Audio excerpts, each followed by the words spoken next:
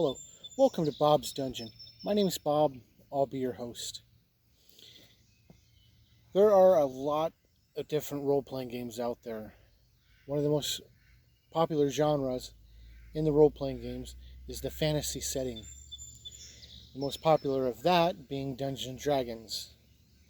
Most people swear by Dungeons & Dragons, and that's all they play. But sometimes too much of a good thing can truly be too much, and you can burn out on playing continual Dungeons & Dragons. And there are some people out there that they love role-playing games, but they just do not like Dungeons & Dragons. But they like the fantasy setting. And what we're going to do in this video is we're going to look at some different games that are in a fantasy setting but are not Dungeons & Dragons. Now, pretty much any role-playing game can be called a fantasy setting. Star Wars is considered a fantasy sci-fi film, but for the purposes of this video, we're just going to look at fantasy games that kind of focus on the sort of sword and sorcery aspect of fantasy role-playing. And now that doesn't mean that there's not going to be sci-fi elements in some of these games, or horror in some of these games. There's going to be a little bit of both in some of them. And we're going to break this list into two categories. First, we're going to look at a couple of books that they're not Dungeons & Dragons, but they capitalize on the open gaming license and use a modified version of the D20 system to run their role-playing game, their fantasy setting. And technically you could call them D&D, but they're really not. They got a whole nother feel, and there's other aspects in it. So the second part, we're going to look at a bunch of games that just use their own rule sets or other rule sets in a fantasy setting. So let's go ahead and get started. First game we're going to look at is Lamentations of the Flame Princess. This is a really good game. It quickly became one of my favorites after I got it. It basically uses the rule set for basic Dungeons & Dragons with some modifications to it. And so it has a whole different feel to it.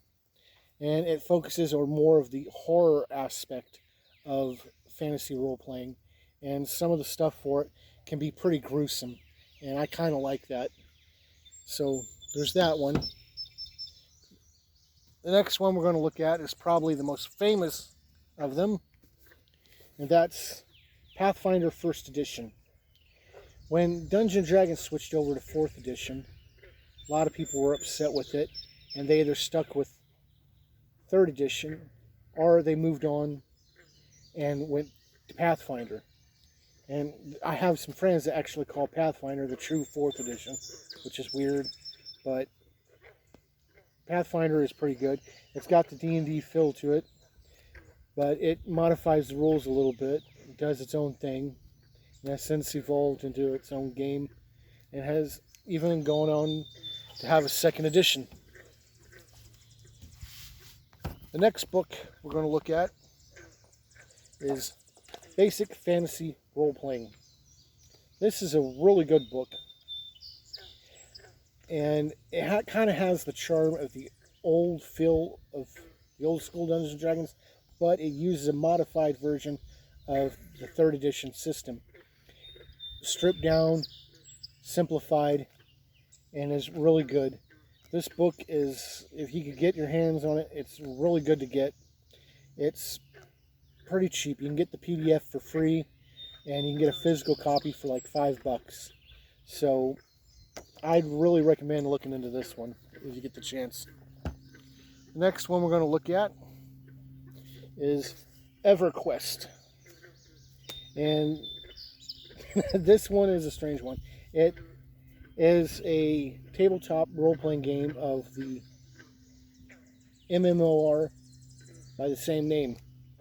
And it's put out by White Wolf, and it goes under their Sword and Sorcery banner, but it's its own game separate from that.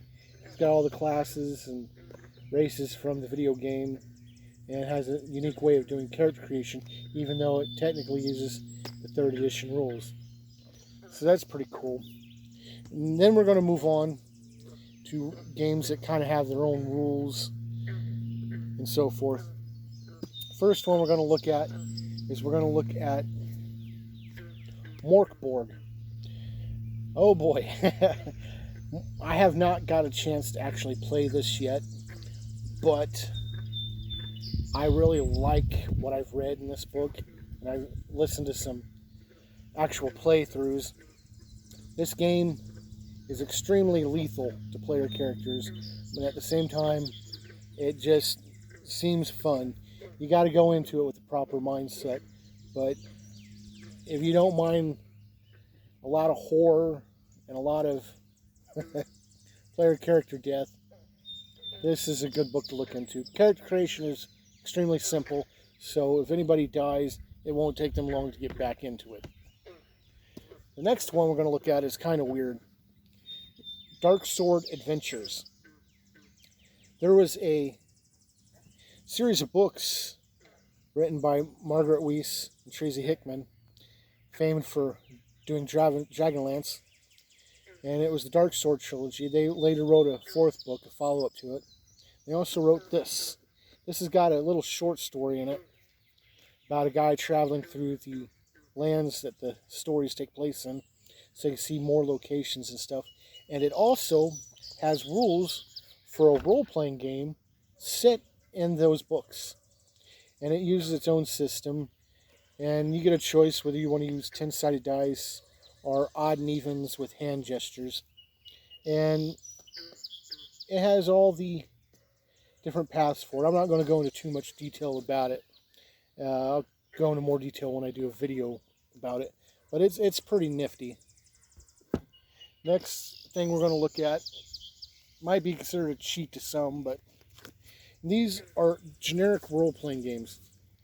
GURPS, D6, and the Master Book. These are generic rule sets that you can set any kind of story, any kind of game you want to them.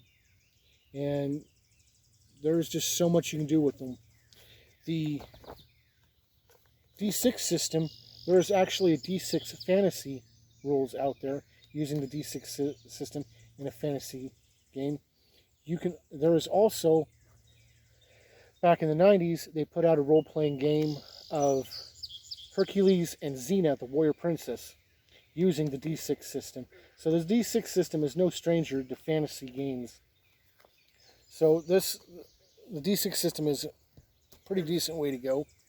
Now, GURPS, it's interesting. There is actually a supplement book for creating fantasy worlds and games for GURPS. There is also a Discworld book put out for GURPS, which is pretty neat. I like Discworld. Next, we're going to look at Dungeon Crawl Classics. This is a hefty book, and it's got the kind of basic classics that you run into in basic Dungeons & Dragons, but it has its own set of attributes that it uses in the game, and some different ways of doing things. It uses a D20, and part of the character creation process for this is called a funnel, in which all the players playing make up 4 characters and send them out at level 0 with no class, and any surviving characters that they have get up to 1st level, and that's their characters from then on.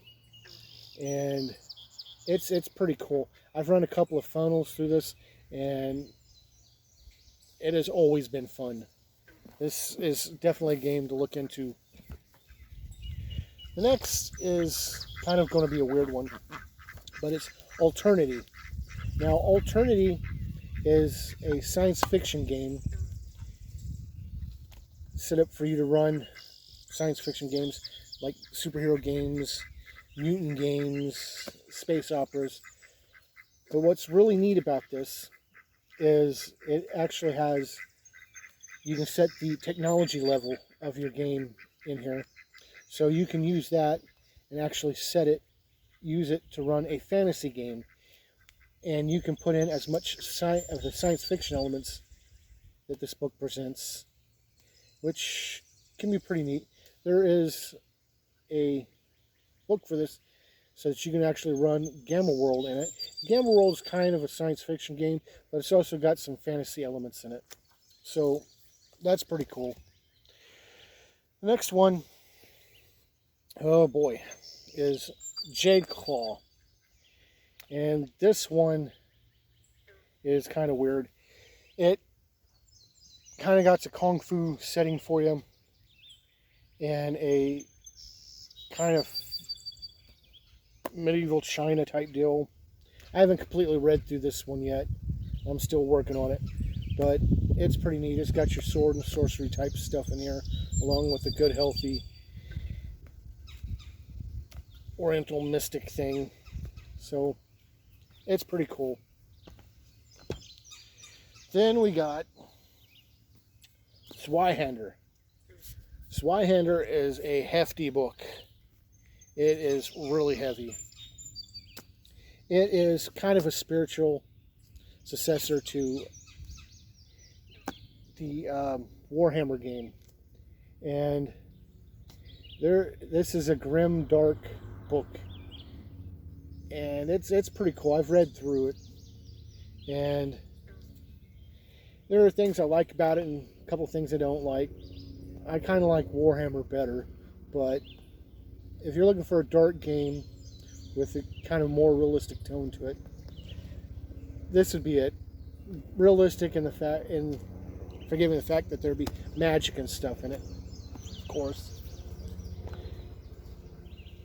Next, I guess we'll talk about Warhammer Fantasy Role-Playing.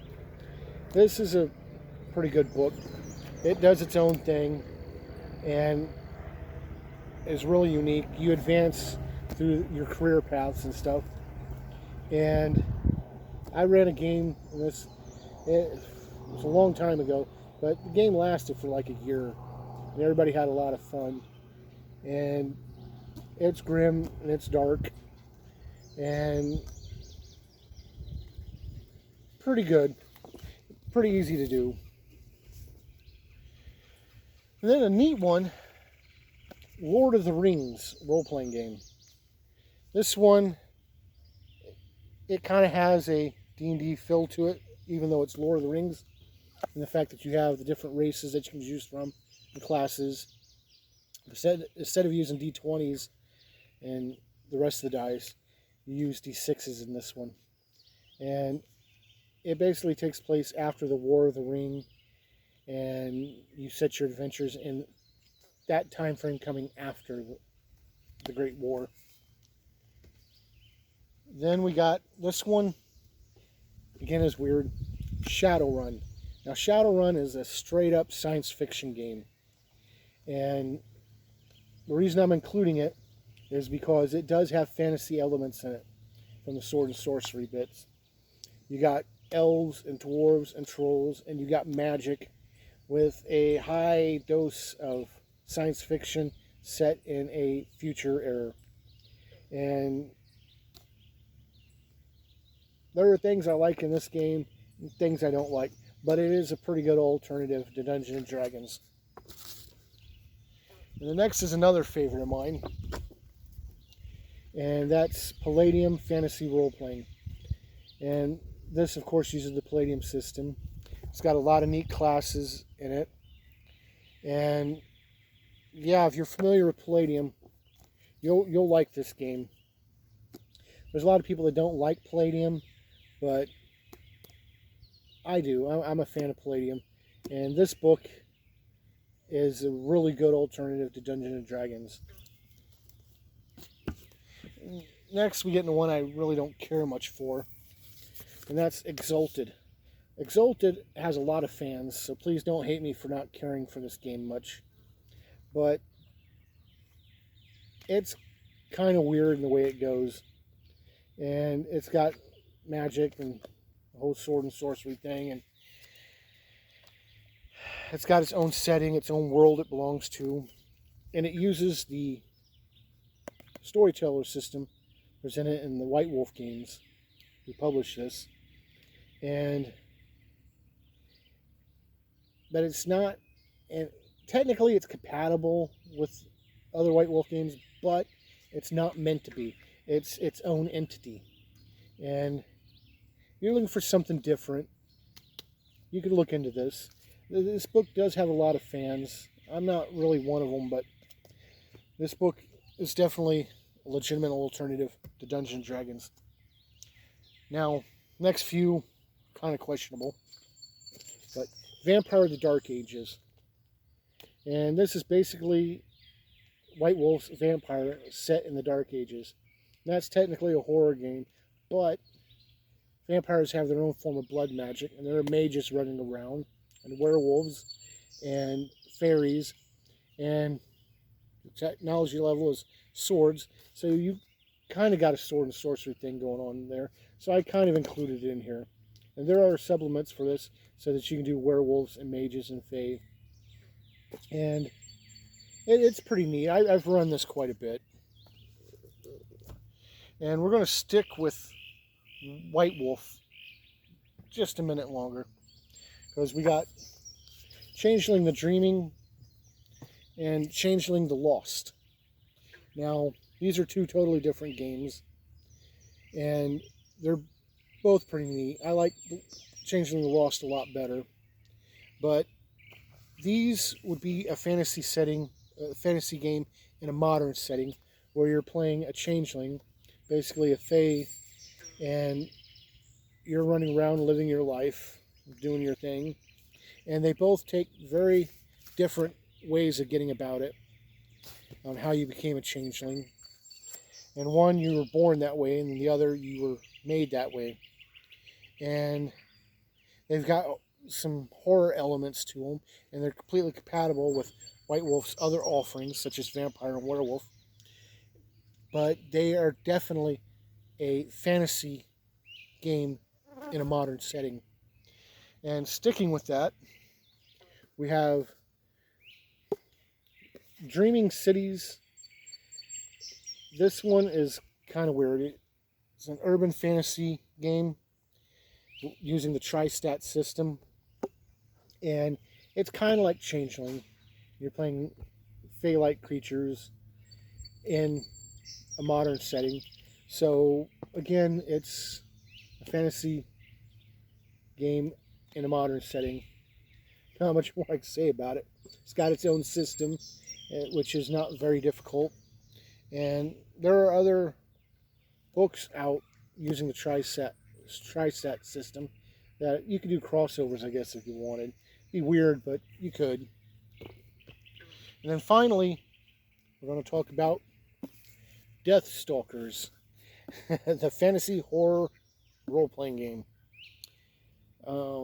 Boy, this one's neat. There are a lot of people who don't like it, and this one's a little tricky to run, but it's got a lot of races that you can pick from starting off, a lot of different classes, and you're basically going out adventuring, fighting demons, and running into all kinds of horrors. And I've wanted to run this game for a while and haven't got the chance.